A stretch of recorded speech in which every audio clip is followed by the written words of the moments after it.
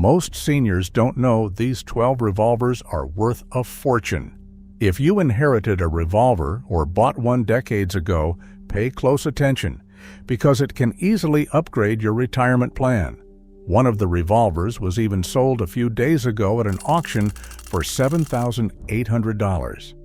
Let's start. Number 12 is the Colt Official Police.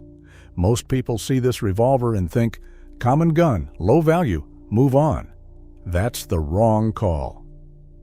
The Colt Official Police was produced from 1927 to 1969. Over 400,000 were made. But then the number that matters isn't the total production run. It's how many survive today in original, unaltered condition. Most official police revolvers spent decades in active duty, carried by cops, fired constantly, refinished, regripped, and worn down. Finding one with original bluing intact, matching parts, and no import marks is genuinely difficult. Pre-World War II examples, serial numbers below roughly 600,000, are the ones collectors want. Those were built to a tighter tolerance than post-war production. The fitting was done by hand. The timing on those cylinders is something modern manufacturing simply doesn't replicate. At auction, a shooter-grade official police might bring $300. But a pre-war example with original finish above 90% and original grips. Rock Island has moved those at $900 to $1,400. Estate sales price them at $150 because nobody bothered to check the serial number. That gap is where the money is. Number 11 is the Smith & Wesson Model 10, but not the one most people know. The Model 10 is the best-selling revolver in American history. Over 6 million produced. That number makes most collectors walk right past it. But then there's a version of this gun that changes everything. Before 1957, Smith & Wesson didn't use model numbers at all. They called it the hand ejector, and the early examples were built with 5 screws instead of the later 4. That 5th screw is the tell. It sits in the side plate and was eliminated in 1955 as a cost-cutting measure. 5-screw examples predate that change. They were hand-fitted, timed individually, and finished to a standard that production line guns couldn't match. A standard Model 10 at a gun show moves for $200 to $250. A verified 5-screw hand ejector with original finish and matching grips? Rock Island has sold those at $600 to $1,100 depending on condition. Most seniors who own one have no idea there's a difference. They see a .38 special revolver and price it like any other. Check the side plate before you sell anything. Number 10 is the Colt Detective Special, but only the first generation. Here's what most people get wrong. The Detective Special ran from 1927 all the way to 1995. 4 distinct generations. And the price gap between a first generation and a 4th generation is not small. It is not even close. First generation production ended in 1946. Those guns were built on Colt's pre-war frame, with tighter machining, hand-fitted cylinders, and a finish quality that post-war cost-cutting eliminated almost immediately. The giveaway is the hammer. First-generation Detective Specials have a flat, checkered hammer spur. Later generations rounded it off. The grip frame changed too, rounder on later guns, more squared on the originals. A 4th-generation Detective Special at auction brings $400 on a good day. A verified first generation with original finish above 85% and original grips? Those are selling at $1,200 to $1,800. Estate sales routinely price them the same as the later guns because the seller does not know the difference. One look at the hammer and the serial number tells you everything. Anything below serial number 400,000 deserves a much closer look. Number 9 is the Smith & Wesson Model 27, and it has a history most people don't know. This is the first .357 Magnum revolver ever commercially produced. Not the most famous, not the most copied. The first. Smith & Wesson developed the .357 Magnum cartridge in 1935 in direct response to law enforcement demand for a round that would defeat early automobile bodies. The revolver they built around it was called the Registered Magnum, and that name matters. Between 1935 and 1938, every single one was individually registered to its buyer at the factory. Production during that window was approximately 5,500 units. Each one was custom fitted to the buyer's hand, grip size, barrel length, sight radius, all specified at the time of order. After 1938, the registration program ended, and it became the standard Model 27. A standard post-war Model 27 brings $700 to $900 at auction. A verified pre-war registered Magnum with original registration paperwork? Rock Island has moved those above $4,000. Without the paperwork, a confirmed pre-1938 serial still commands $1,500 to $2,500. Most seniors who inherited one have the paperwork sitting in a drawer with the gun and have no idea what either of them means.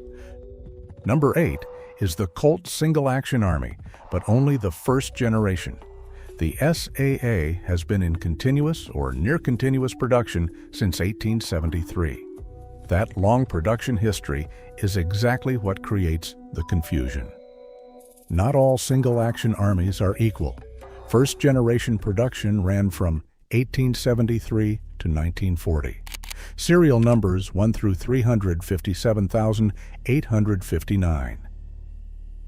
Those guns were built when Colt's Hartford factory still employed handfitters who tuned every action individually.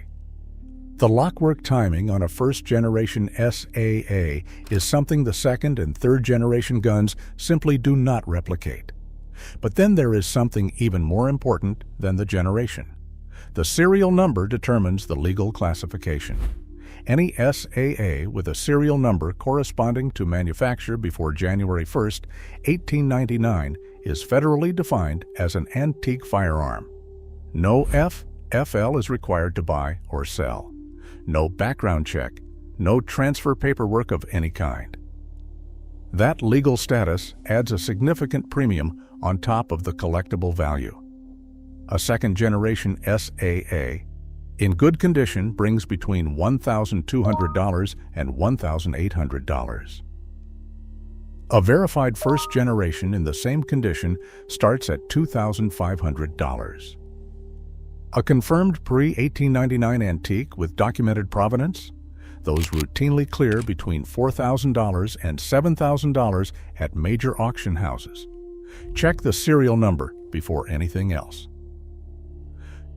Number 7 is the high-standard Sentinel, and almost nobody talks about it. That silence is exactly why it belongs on this list. High Standard produced the Sentinel from 1955 to 1974. It was a 9-shot 22 rimfire revolver built on an aluminum frame, lightweight, affordable, and aimed squarely at the home defense and plinker market. Most gun people dismiss it immediately. Cheap rimfire, aluminum frame, not serious. But then the collector market doesn't care about that dismissal. What it cares about is the Sentinel Deluxe variant, the two-tone nickel and blued version produced in limited runs during the late 1950s. Those are climbing. A standard blued Sentinel in good condition moves for $150 to $250 at estate sales. The Sentinel Deluxe in original two-tone finish with the original box, that's a $600 to $900 revolver at the right auction. High Standard also produced the Sentinel under contract for Sears under the J.C. Higgins brand name. Those branded variants are even less understood by sellers, and even more interesting to a specific segment of collectors who focus on department store firearms. Most seniors who own one bought it new in 1962 and have fired it twice. It's sitting in a bedside drawer priced at nothing. Number 6 is the Smith & Wesson Model 29, and most seniors have no idea what generation they own. The Model 29 is the .44 Magnum that Dirty Harry pointed at the camera in 1971. That moment made it the most recognizable revolver in American pop culture. But then pop culture recognition isn't what drives the collector premium on this gun. What drives it is the pinned barrel and the recessed cylinder. Early Model 29 production, from 1955 through approximately 1982, featured a barrel that was pinned to the frame and cylinders with recessed chambers that fully enclosed the cartridge head. Smith & Wesson eliminated both features in 1982 as cost reductions. The guns made after that change are fine shooters, but they are not what collectors are paying for. A post 1982 Model 29 in excellent condition brings $700 to $900. A pre-1982 pinned and recessed example in the same condition starts at $1,200. Add the original wood presentation case and the cleaning kit, Rock Island has moved those configurations above $2,000. Most seniors who own a Model 29 bought it because of that movie. They've been shooting it ever since. They have no idea the features that make it valuable are the ones that wear out first. If you've made it this far, you're already ahead of most people watching this video. The next 6 revolvers on this list are the ones that serious collectors don't talk about publicly. The prices on number 1 have been climbing for 3 straight years. Stay with me. Number 5 is the Colt Python, and the reissue changed everything. In 2020, Colt brought the Python back into production after a 24-year absence. Most people assumed that would kill the collector value on original examples. It did the opposite. The reissue confirmed what collectors already knew, that the original Python was built to a standard Colt's current manufacturing cannot replicate. Original Pythons were produced from 1955 to 1996. The action was hand-fitted and hand-timed at the factory. The barrel cylinder gap on a well-maintained original Python is tighter than virtually any production revolver made today. The reissue is a good gun, but then it is not the same gun, and the market reflects that immediately. A reissue Python retails around $1,500. A pre-1996 Python in excellent condition with the original box and paperwork. Rock Island has cleared those at $3,200 to $5,800 depending on configuration. Nickel finish commands a premium over blued. Early 1950s production with the flat latch cylinder release commands a premium over everything else. Most seniors who own an original Python bought it because it was the finest production revolver available in its time. They were right. They just didn't know they were also buying an appreciating asset. Number 4 is the Smith & Wesson Model 15, but only the early ones. The Model 15 is called the combat masterpiece. It was the revolver that defined American law enforcement carry for most of the 1950s and the 1960s. But then before it was the Model 15, it was something else entirely. From 1949 to 1957, Smith & Wesson produced it without a model number designation. They called it the K38 Combat Masterpiece, and those pre-model number examples were built with 4 screws on the side plate instead of the later 3. That 4-screw configuration was eliminated when Smith & Wesson standardized production in the late 1950s. It is the clearest indicator of an early example. Beyond the screw count, the pre-model 15 guns featured a different hammer design, a wider, more fully checkered spur, and barrel-to-frame fitting that later production simply did not prioritize. A standard Model 15 from the 1970s brings $350 to $500 at auction. A verified 4-screw K38 Combat Masterpiece in original condition, those are moving at $800 to $1,400. Most seniors who own one carried it on duty for 20 years and retired it to a sock drawer. The holster wear actually does not hurt the value as much as people think, and documented law enforcement provenance adds a layer of historical interest that some collectors specifically seek. Number 3 is the Colt New Service, and it is the most under-identified revolver at estate sales in America. The New Service was produced from 1898 to 1944. It was Colt's largest frame double-action revolver, and it served in both World Wars. But then the problem isn't scarcity. The problem is that most people selling them don't know what they have. The New Service came in over a dozen calibers, including .45 Colt, .45 ACP, .44-40, .38-40, .357, Magnum, .44 Special, and more. The military contract versions are the ones that matter most to collectors.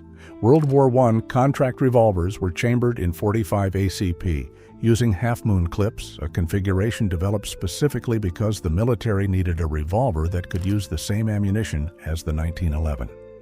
Those contract guns carry military proof marks stamped into the frame. A standard commercial New Service in average condition brings $400 to $600. A verified World War I military contract example with legible proof marks and matching parts? Rock Island has sold those at $1,800 to $3,200. World War II contract examples in .45 ACP bring similar numbers. Estate sale pricing on these is consistently wrong. Sellers see an old double-action revolver and price it like a generic antique. The proof marks are the tell. Learn to read them before you walk away from one. Number 2 is the Smith & Wesson Model 1, and most seniors who own one inherited it without knowing what it is. The Model 1 is not just old, it is historically significant in a way that almost no other American firearm can match. This is the first commercially successful cartridge-firing revolver ever produced in the United States. Smith & Wesson introduced it in 1857. It fired the .22 short, a cartridge that Smith & Wesson also introduced simultaneously, having secured the exclusive patent on the bored-through cylinder that made it possible. No other manufacturer could legally produce a cartridge revolver in America until that patent expired in 1869. The Model 1 was produced in 3 distinct issues between 1857 and 1882. Total production across all 3 issues was approximately 262,000. But then the first issue, produced from 1857 to 1860, numbered only about 11,000 units. Those are the ones that matter. First issue Model 1 revolvers in original condition with intact finish regularly sell at $1,500 to $3,500. Examples with documented Civil War provenance have cleared $6,000. Most seniors who own one have it in a cigar box with a note that says, "Grandfather's Pistol." That note might be the most valuable thing in the box if it dates the ownership to the right era. Number 1 is the Colt Single Action Army with a pre-1899 serial number, and this is the one that every serious collector already knows about. Here's why it sits above everything else on this list. Every other revolver we've covered today is a regulated firearm under federal law. Buying and selling them requires a licensed dealer, background checks, and transfer paperwork. The pre-1899 Single Action Army has none of that. Under the Gun Control Act of 1968, any firearm manufactured before January 1st, 1899 is legally classified as an antique. Antiques are completely exempt from federal firearms regulations. No FFL, no Form 4 473. no background check, no transfer record. That legal status creates a separate and parallel market, one where buyers who value privacy are willing to pay a significant premium above standard collector value. Colt manufactured single-action armies with serial numbers up to approximately 182,000 before the 1899 cutoff.